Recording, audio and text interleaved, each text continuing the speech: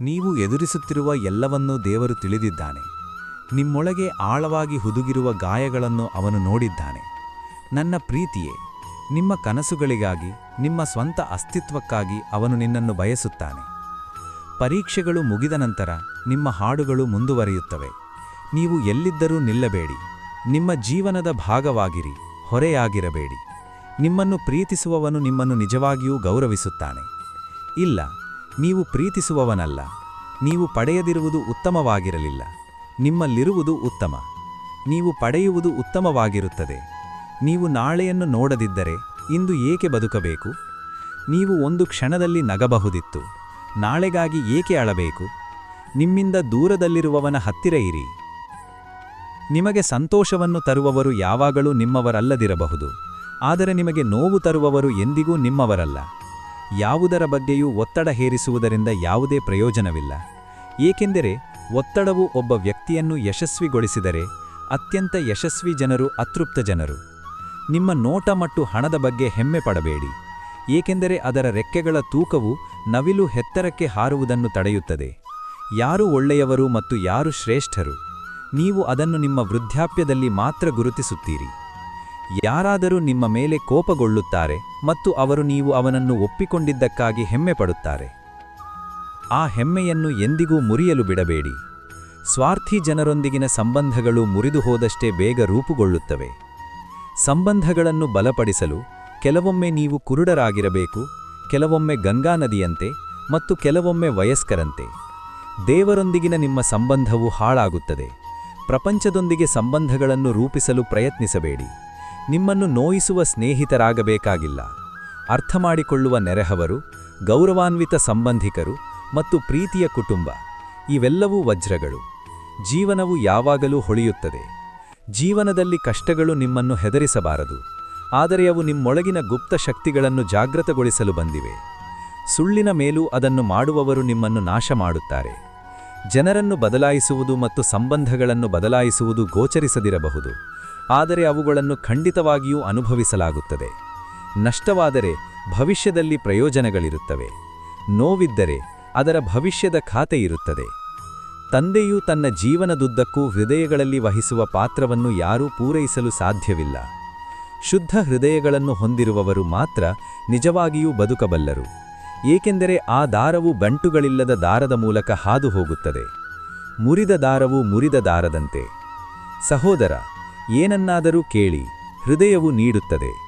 ಯಾವುದೇ ಕಾರಣವಿಲ್ಲದೆ ಸಂಬಂಧಗಳನ್ನು ಕಾಪಾಡಿಕೊಳ್ಳುವುದು ಪ್ರತಿಯೊಬ್ಬರ ಶಕ್ತಿಯಲ್ಲಿದೆ. ಯಾರಿಗೂ ತೊಂದರೆ ಕೊಡಬೇಡಿ, ಯಾರನ್ನೂ ಆಶ್ಚರ್ಯಪಡಿಸಬೇಡಿ. ಯಾರಾದರೂ 1 ಕೋಟಿ ತಪ್ಪು ವಿಷಯಗಳನ್ನು ಹೇಳಿದರೂ ನಗುತ್ತಾ ಹೊರಟು ಹೋಗಿ. ಯಾರಾದರೂ ನಿಮಗೆ ಎಲ್ಲವನ್ನೂ ಹೇಳಲು ಸಾಧ್ಯವಾದರೆ ಆ ವ್ಯಕ್ತಿಯು ನಿಮ್ಮನ್ನು ಬೇರೆಯವರಿಗಿಂತ ಹೆಚ್ಚು ನಂಬುತ್ತಾರೆ ಎಂಬುದನ್ನು ಅರ್ಥಮಾಡಿಕೊಳ್ಳಿ. ಏನನ್ನಾದರೂ ತಿನ್ನುವ ಮೊದಲು ಯಾರಾದರೂ ನಿಮಗೆ ಅದೇ ಮಾತುಗಳನ್ನು ಹೇಳಿದರೆ ನಿಮಗೆ ಹೇಗೆನಿಸುತ್ತದೆ ಎಂದು ಯೋಚಿಸಿ. ಒಬ್ಬ ವ್ಯಕ್ತಿಯು ಸಹಿಸುವವರೆಗೆ ಸಹಿಸುತ್ತಾನೆ. ಅದರ ನಂತರ ಅವರು ಸಂಬಂಧಗಳನ್ನು ಮುಖ್ಯವೆಂದು ಪರಿಗಣಿಸುವುದಿಲ್ಲ ಅಥವಾ ಅವರಿಗೆ ಅದು ಅಗತ್ಯವಿಲ್ಲ. ಪ್ರೀತಿಪಾತ್ರರ ಬಗ್ಗೆ ಸ್ವಲ್ಪ ಪ್ರೀತಿ ಎಲ್ಲವನ್ನೂ ಸರಿಪಡಿಸುತ್ತದೆ. ಕೆಲವು ಜನರು ತಮ್ಮ ದುರಾಹಂಕಾರದಿಂದಾಗಿ ಅಮೂಲ್ಯ ಸಂಬಂಧಗಳನ್ನು ತ್ಯಾಗ ಮಾಡಬಹುದು, ಆದರೆ ಇನ್ನು ಕೆಲವರು ಅವುಗಳನ್ನು ಉಳಿಸಲು ಪ್ರಯತ್ನಿಸುವಾಗ ತಮ್ಮ ಮೌಲ್ಯವನ್ನು ಬಿಟ್ಟುಕೊಡುತ್ತಾರೆ. ಸಂಬಂಧಗಳು ಶರತ್ಕಾಲದಲ್ಲಿ ಮಾತ್ರ ಪರೀಕ್ಷಿಸಲ್ಪಡುತ್ತವೆ. ಮಳೆಯಲ್ಲಿ ಪ್ರತಿಯೊಂದು ಎಲೆಯೂ ಗೋಚರಿಸುತ್ತದೆ. ದುಃಖದಲ್ಲಿ 1 ಬೆರಳು ಕಣ್ಣೀರನ್ನು ಕೇಳುತ್ತದೆ ಮತ್ತು ಸಂತೋಷದಲ್ಲಿ 10 ಬೆರಳುಗಳು ಒಟ್ಟಿಗೆ ಚಪ್ಪಾಳೆ ತಟ್ಟುತ್ತವೆ. ಇದೇ ಜೀವನ. ದುಃಖದಲ್ಲಿ ಯಾರೂ ಇಲ್ಲ, ಸಂತೋಷದಲ್ಲಿ ಎಲ್ಲರೂ ಕೊಡದಾರಿಗಳು. ನಿಮ್ಮನ್ನು ತಡೆಹಿಡಿಯುವವರೊಂದಿಗೆ ಇರಿ, ಅವರನ್ನು ನಿಮ್ಮವರೆಂದು ಪರಿಗಣಿಸಬೇಡಿ. ನೀವು ಯಾರನ್ನಾದರೂ ನಿಮ್ಮವರೆಂದು ಎಷ್ಟೇ ಪರಿಗಣಿಸಿದರೂ ಅವರು ಒಂದು ದಿನ ಅಪರಿಚಿತರಾಗುತ್ತಾರೆ. ಹೃದಯವು ನಿಮಗೆ ಭಾವನೆಯನ್ನು ನೀಡುತ್ತದೆ. ಕೆಟ್ಟ ಸಮಯದಲ್ಲಿ ನಿಮ್ಮನ್ನು ಸಾಂತ್ವನ ಹೇಳುವವನು ಅಪರಿಚಿತನಾಗಿದ್ದರು ಅವರು ನಿಮ್ಮನ್ನು ಹೃದಯಕ್ಕೆ ಕರೆದುಕೊಂಡು ಹೋಗುತ್ತಾರೆ ಮತ್ತು ಕೆಟ್ಟ ಸಮಯದಲ್ಲಿ ಅವರು ನಿಮ್ಮನ್ನು ಬಿಟ್ಟು ಹೋಗುತ್ತಾರೆ. ನಿಮ್ಮನ್ನು ತ್ಯಜಿಸುವವನು ನಿಮ್ಮವನಾಗಿದ್ದರು ಅವರು ನಿಮ್ಮನ್ನು ಹೃದಯದಿಂದ ತೆಗೆದುಹಾಕುತ್ತಾರೆ. ನೀವು ಪ್ರೀತಿಸುವವರ ನಿಜವಾದ ಬಣ್ಣಗಳನ್ನು ನೋಡಲು ಸಾಧ್ಯವಾಗದಷ್ಟು ನಂಬಿಕೆಯಲ್ಲಿ ಕುರುಡರಾಗಬೇಡಿ. ಯಾರಾದರೂ ನಿಮ್ಮೊಂದಿಗೆ ಇರಬೇಕೆಂದು ಬಯಸದಿದ್ದರೆ ಅವರನ್ನು ಮುಕ್ತ ಮಾಡಿ. ಬಿಗಿತ್ತಾದ ಸಂಬಂಧಗಳಲ್ಲಿ ಶಾಂತಿ ಇರುವುದಿಲ್ಲ. ನಿಮ್ಮ ದೊಡ್ಡ ಸಮಸ್ಯೆ ಅನಗತ್ಯ ಕಾರಣಗಳಿಗೆ ಅಂಟಿಕೊಳ್ಳುವ ಮನಸ್ಸು. ಅದು ನಮ್ಮನ್ನು ಬಿಟ್ಟು ಹೋಗುತ್ತದೆ, ಆದರೆ ನಾವು ನಮ್ಮ ಜೀವನದ ಕೊನೆಯವರೆಗೂ ನಮ್ಮೊಂದಿಗೆ ಇರುತ್ತೇವೆ. ಸಮಯ ಏನಾಗಲಿ, ಒಳ್ಳೆಯದು ಅಥವಾ ಕೆಟ್ಟದ್ದು, ಅದು ಬದಲಾಗುತ್ತದೆ. ಕೆಟ್ಟ ಸಮಯದಲ್ಲಿ ಮತ್ತು ಒಳ್ಳೆಯ ಸಮಯದಲ್ಲಿ ಅದೇ ತಪ್ಪನ್ನು ಮಾಡಬೇಡಿ. ಜನರು ನಿಮ್ಮನ್ನು ಕೈಬಿಡಬಹುದು. ನಿಜವಾಗಿಯೂ ನಿಮ್ಮೊಂದಿಗೆ ನಿಲ್ಲುವವರು ನೆಪಗಳನ್ನು ಹುಡುಕುವುದಿಲ್ಲ. ಜೀವನದಲ್ಲಿ ಸಂತೋಷವಾಗಿರಲು ಬೆಟ್ಟ ಮಾರ್ಗವು ದೇವರಲ್ಲಿ ಭರವಸೆ ಇಡುವುದಾಗಿದೆ. ಅತ್ಯಂತ ಅಮೂಲ್ಯವಾದ ಸಂಬಂಧಗಳು ನಿಮ್ಮ ತಾಯಿಯೊಂದಿಗೆ ಮಾತ್ರ ಇರಬೇಕು. ಬೇವಿನ ಮರವು ಸಿಹಿ ಹಣ್ಣುಗಳನ್ನು ನೀಡದಂತೆ ಕೆಟ್ಟ ವ್ಯಕ್ತಿಯಿಂದ ಒಳ್ಳೆಯದನ್ನು ನಿರೀಕ್ಷಿಸಿ. ನೀವು ಸ್ನೇಹಿತರನ್ನು ಮಾಡಲಾರರಿ. ಅಹಂಕಾರವು ಹೋಗದಾಗ ಸಂಬಂಧಗಳು ಮಸುಕಾಗುತ್ತವೆ. ಗದ್ದಲದಿಂದ ದೂರವಾಗಿ ನಿಮ್ಮೊಂದಿಗೆ ಸ್ವಲ್ಪ ಸಮಯ ಕಳೆಯಿರಿ. ನೀವು ಒಬ್ಬರಾಗಿ ಕುಳಿತು ನಿಮ್ಮ ಪ್ರಶ್ನೆಗಳನ್ನು ಪರಿಹರಿಸಿ. ನಂಬಿ, ನಾವು ನಮ್ಮ ಪ್ರಶ್ನೆಗಳಿಗೆ ಉತ್ತರಗಳನ್ನು ಕಂಡುಹಿಡಿಯುತ್ತೇವೆ. ನಮಗೆ ತಿನ್ನಲು ಮತ್ತು ಕೇಳಲು ಅವಕಾಶ ಸಿಗುತ್ತದೆ. ನಮ್ಮನ್ನು ನಾವು ಅರ್ಥಮಾಡಿಕೊಳ್ಳಲು ಅವಕಾಶ ಸಿಗುವ ಸಮಯವಿದು. ಅಲ್ಲಿ ನೀವು ನಿಮ್ಮ ಮಕ್ಕಳಿಗೂ ಹಸ್ತಚಾಚಬೇಕಾಗುತ್ತದೆ. ಅವನಿಗೆ ನೆಮ್ಮದಿ ಸಿಗುವ ಸ್ಥಳದಲ್ಲಿ ಬಂಧಿಸಲ್ಪಡುವುದು ಇಷ್ಟವಿಲ್ಲ. ಸಂಬಂಧವು ಪ್ರತಿಕ್ಷಣವೂ ಉಸಿರುಗಟ್ಟಿಸುವಂತೆ ಭಾವಿಸಿದರೆ ಅದನ್ನು ಬಿಡುವುದು ಉತ್ತಮ. ನೀವು ಹಣ ಮತ್ತು ಸಂಬಂಧದ ನಡುವೆ ಆಯ್ಕೆ ಮಾಡಬೇಕಾದರೆ ಯಾವಾಗಲೂ ಸಂಬಂಧವನ್ನು ಆಯ್ಕೆ ಮಾಡಿ. ಏಕೆಂದರೆ ಹಣ ಬರುತ್ತದೆ ಮತ್ತು ಹೋಗುತ್ತದೆ, ಆದರೆ ಸಂಬಂಧ ಹಿಂತಿರುಗಿ ಬರುವುದಿಲ್ಲ. ನಿಮ್ಮನ್ನು ಪ್ರೀತಿಸುವವನು ನಿಮ್ಮನ್ನು ಗೌರವಿಸುತ್ತಾನೆ, ನೀವು ಪ್ರೀತಿಸುವವನಲ್ಲ. ನೀವು ಹೆಚ್ಚಾಗಿ ನಿಮ್ಮ ಜೀವನದಲ್ಲಿ ಬಂದು ನಿಮಗೆ ದುಬಾರಿ ಪಾಠಗಳನ್ನು ಕಲಿಸುವ ಅಗ್ಗದ ಜನರನ್ನು ಪ್ರೀತಿಸುತ್ತೀರಿ.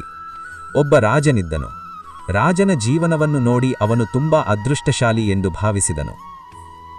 ಎಲ್ಲವೂ ಬದಲಾಯಿತು. ಒಂದು ದಿನ ರಾಜ ಅಕಸ್ಮಾತ್ತಾಗಿ ಅನಾರೋಗ್ಯಗೊಂಡನು. ರಾಜವೈದ್ಯರು ಅವನನ್ನು ಚಿಕಿತ್ಸಿಸಲು ಪ್ರಾರಂಭಿಸಿದರು. ಆದರೆ ರಾಜನ ಆರೋಗ್ಯ ದಿನದಿಂದ ದಿನಕ್ಕೆ ಹದಗೆಡಿತು. ನಂತರ ಒಂದು ದಿನ ರಾಜಗುರುಗಳು ಬಂದು ರಾಜನಿಗೆ ಈ ರೋಗವನ್ನು ಗುಣಪಡಿಸಲು ಸಾಧ್ಯವಿಲ್ಲ, ಇದು ನಿಮ್ಮ ಕೊನೆಯ ಸಮಯ. ರಾಜವು ವಿಚಲಿತ ಧ್ವನಿಯಲ್ಲಿ ಕೇಳಿದನು, ಈಗ ನಾನು ಏನು ಮಾಡಬೇಕು? ಇಂದು ಗುರುಗಳು ಹೇಳಿದರು, ಈ ದೇಹವನ್ನು ತೊರೆದ ನಂತರ ನೀವು ಬೇರೆ ಲೋಕಕ್ಕೆ ಹೋಗುತ್ತೀರಿ. ನೀವು ಬಯಸಿದರೆ ಒಬ್ಬ ವ್ಯಕ್ತಿಯನ್ನು ನಿಮ್ಮೊಂದಿಗೆ ಮುಂದಿನ ಲೋಕಕ್ಕೆ ಕರೆದುಕೊಂಡು ಹೋಗಬಹುದು. ಮೊದಲು ರಾಜ ತನ್ನ ಸುಂದರ ರಾಣಿಯನ್ನು ಕರೆದನು. ಅವಳನ್ನು ಅವನು ತುಂಬ ಪ್ರೀತಿಸುತ್ತಿದ್ದನು ಮತ್ತು ಇದೇ ದಿನವನ್ನು ಅವಳೊಂದಿಗೆ ಕಳೆದನು. ರಾಜವು ರಾಣಿಗೆ ಕೆಲವು ದಿನಗಳಲ್ಲಿ ಈ ದೇಹವನ್ನು ಬಿಡಲಿದ್ದೇನೆ ಎಂದು ಹೇಳಿದನು. ರಾಜಗುರು ಹೇಳಿದರು, ನಿಮ್ಮಲ್ಲಿ ಯಾರಾದರೂ ನನ್ನೊಂದಿಗೆ ಬರಬಹುದೇ? ನೀವು ಯಾವಾಗಲೂ ನನ್ನನ್ನು ನೋಡಿಕೊಂಡಿರಿ. ನಾನು ಯಾವಾಗಲೂ ನಿಮ್ಮನ್ನು ಪ್ರೀತಿಸುತ್ತಿದ್ದೆ. ನೀವು ನನ್ನೊಂದಿಗೆ ಬರುತ್ತೀರಿ ಮತ್ತು ಇತರರು ನನ್ನೊಂದಿಗೆ ಬರುತ್ತೀರಿ. ರಾಣಿ ಇದರಿಂದ ಭಯಪಟ್ಟಳು. ಅವಳ ಕೈಗಳು ನಡುಗಲು ಪ್ರಾರಂಭಿಸಿದವು. ಅವಳ ಕಣ್ಣುಗಳಲ್ಲಿ ನೀರು ತುಂಬಿತು ಮತ್ತು ಅವಳು, ನನಗೆ ಸಾವಿಗೆ ತುಂಬಾ ಭಯವಿದೆ ಎಂದು ಹೇಳಿದಳು. ಹೀಗೆ ಹೇಳುತ್ತಾ ಅವಳು ಓಡಿಹೋದಳು. ರಾಣಿಯ ವರ್ತನೆಯಿಂದ ರಾಜನು ಆಶ್ಚರ್ಯಪಟ್ಟನು. ಆದರೆ ಅವನಿಗೆ ಸ್ವಲ್ಪ ಸಮಯವಿತ್ತು. ರಾಜವು ತನ್ನ ಎರಡನೇ ರಾಣಿಯನ್ನು ಕರೆದನು. ಆದರೆ ರಾಜವು ತುಂಬಾ ಹೆಮ್ಮೆಪಟ್ಟಿದ್ದನು. ಅವಳು ತುಂಬಾ ಅದೃಷ್ಟಶಾಲಿಯಾಗಿದ್ದಳು, ಏಕೆಂದರೆ ಅವನು ಯಾವಾಗಲೂ ಅವಳನ್ನು ತನ್ನ ಪ್ರವಾಸಗಳಿಗೆ ಕರೆದುಕೊಂಡು ಹೋಗುತ್ತಿದ್ದನು. ಅಲ್ಲಿ ಅವಳ ಉಪಸ್ಥಿತಿಯು ಅವನನ್ನು ಯಾವುದೇ ಚಿಂತೆಗಳಿಂದ ಮುಕ್ತಗೊಳಿಸುತ್ತಿತ್ತು. ರಾಜವು ಎರಡನೇ ರಾಣಿಗೆ ಹೇಳಿದನು, ನೀವು ನನಗೆ ತುಂಬಾ ಅದೃಷ್ಟಶಾಲಿ. ನೀವು ಯಾವಾಗಲೂ ನನ್ನೊಂದಿಗೆ ಇದ್ದೀರಿ. ನೀವು ನನ್ನೊಂದಿಗೆ ಬರುತ್ತೀರಿ? ರಾಣಿ, ಮಹಾರಾಜ, ನಾನು ಸತ್ತ ನಂತರ ನಾನು ನಿಮಗೆ ಯಾವುದೇ ಪ್ರಯೋಜನವಾಗುವುದಿಲ್ಲ. ನಾನು ಬರುವುದಿಲ್ಲ. ನಮ್ಮ ಮದುವೆಗೆ ಮೊದಲು ಒಬ್ಬ ಋಷಿ ನನಗೆ ನನ್ನ ಗಂಡನಿಗೆ ಅದೃಷ್ಟ ಎಂದು ಆಶೀರ್ವದಿಸಿದರು. ಆದರೆ ನಾನು ವಿಧವೆಯಾದರೆ ಅಥವಾ ಆಶೀರ್ವಾದ ಕೊನೆಗೊಳ್ಳುತ್ತದೆ. ಆದ್ದರಿಂದ ನೀವು ಹೋದ ತಕ್ಷಣ ನಾನು ಮತ್ತೆ ಮದುವೆಯಾಗಬೇಕಾಗುತ್ತದೆ. ಆದ್ದರಿಂದ ದಯವಿಟ್ಟು ನನ್ನನ್ನು ಕ್ಷಮಿಸಿ. ನಾನು ನಿಮ್ಮೊಂದಿಗೆ ಬರುವುದಿಲ್ಲ. ರಾಣಿಯ ಉತ್ತರವನ್ನು ಕೇಳಿ ರಾಜನ ಹೆಮ್ಮೆ ಛದ್ರವಾಯಿತು ಮತ್ತು ಈ ಕಷ್ಟದ ಸಮಯದಲ್ಲಿ ಅವನು ಆಳ ತಿಳುವಳಿಕೆಯಲ್ಲಿ ಕಳೆದು ಹೋದನು. ಎಲ್ಲದರಲ್ಲೂ ನನ್ನನ್ನು ಯಾರು ಬೆಂಬಲಿಸುತ್ತಾರೆ? ರಾಜವು ತನ್ನ ಮೂರನೇ ರಾಣಿಯನ್ನು ತನ್ನ ಬಳಿಗೆ ಕರೆದನು.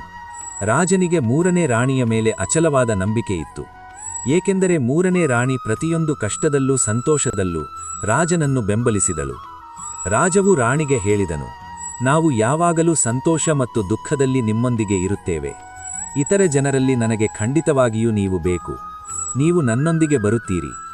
ರಾಣಿ ಹೇಳಿದಳು, ನಾನು ಖಂಡಿತವಾಗಿಯೂ ನಿಮ್ಮೊಂದಿಗೆ ಬರುತ್ತೇನೆ. ಆದರೆ ನಮಗೆ ಒಬ್ಬ ಮಗಳಿದ್ದಾಳೆ. ನನಗೆ ಒಬ್ಬ ಸಹೋದರನೂ ಇದ್ದಾನೆ. ನನಗೆ ಅವನ ಅವಶ್ಯಕತೆ ಇದೆ. ಇಲ್ಲಿ ರಾಜ್ಯವು ದೊಡ್ಡದಾಗಿದೆ. ನನ್ನಲ್ಲಿ ಬಹಳ ಕಡಿಮೆ ಉಳಿದಿದೆ. ಆದರೆ ನಾನು ಖಂಡಿತವಾಗಿಯೂ ನಿಮ್ಮೊಂದಿಗೆ ಸ್ಮಶಾನಕ್ಕೆ ಬರುತ್ತೇನೆ. ನಿಮ್ಮ ಅಂತ್ಯಕ್ರಿಯೆಗಳನ್ನು ಸರಿಯಾಗಿ ಪೂರ್ಣಗೊಳಿಸುತ್ತೇನೆ. ರಾಜನ ಉತ್ತರವನ್ನು ಕೇಳಿ ನನ್ನ ಹೃದಯವು ಮುಳುಗಿತು. ಆದರೆ ನನ್ನ ಮೇಲೆ ಹೆಚ್ಚು ನಂಬಿಕೆ ಇಟ್ಟಿದ್ದಳು ನನ್ನೊಂದಿಗೆ ಹೋಗಲು ನಿರಾಕರಿಸಿದಳು. ರಾಜನ ಅಂತಿಮ ಕ್ಷಣಗಳು ಹತ್ತಿರ ಬರುತ್ತಿದ್ದವು. ಒಂದು ದಿನ ಅವನ ಮೊದಲ ಮತ್ತು ಹಿರಿಯ ರಾಣಿ ಅವನನ್ನು ಭೇಟಿಯಾಗಲು ಬಂದಳು. ಅವಳನ್ನು ನೋಡಿದ ರಾಜ, ಪ್ರಿಯ, ನಾನು ನಿನ್ನಗಿಂತ ಮುಂಚೆ ನಿನ್ನನ್ನು ಮದುವೆಯಾದೆ. ನನ್ನ ತಾಯಿ ಕಷ್ಟದಲ್ಲಿದ್ದಾಗೆಲ್ಲ ನಾನು ನಿನ್ನೊಂದಿಗೆ ಮಾತನಾಡುತ್ತೇನೆ. ಅದು ನನಗೆ ಅಪಾರ ಶಾಂತಿಯನ್ನು ನೀಡುತ್ತದೆ. ಆದರೆ ಇಂದು ನನಗೆ ವಿಷಾದವಿದೆ. ವರ್ಷಗಳ ಕಾಲ ನಾನು ನಿನಗಾಗಿ ಸಮಯ ಮೀಸಲಿಟ್ಟಿಲ್ಲ. ನನಗೆ ನಿಜವಾಗಿಯೂ ದುಃಖವಿದೆ. ನೀವು ನನ್ನನ್ನು ಭೇಟಿಯಾಗಲು ಬಂದಿದ್ದು ಒಳ್ಳೆಯದು.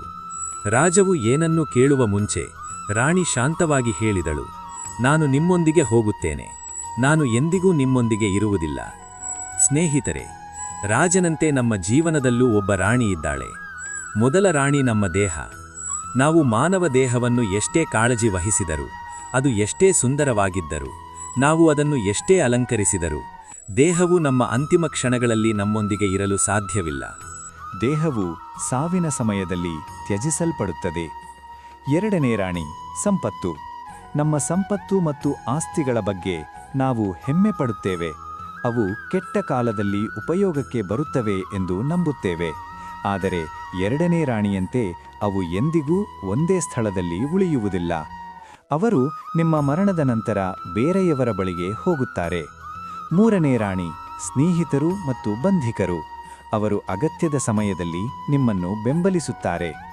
ಅವರು ಸಂತೋಷ ಮತ್ತು ದುಃಖದ ಸಮಯದಲ್ಲಿ ನಿಮಗೆ ಸಹಾಯ ಮಾಡುತ್ತಾರೆ. ಆದರೆ ಮೂರನೇ ರಾಣಿಯಂತೆ ಅವರೆಲ್ಲರೂ ಲೌಕಿಕ ಸಹಚರರು.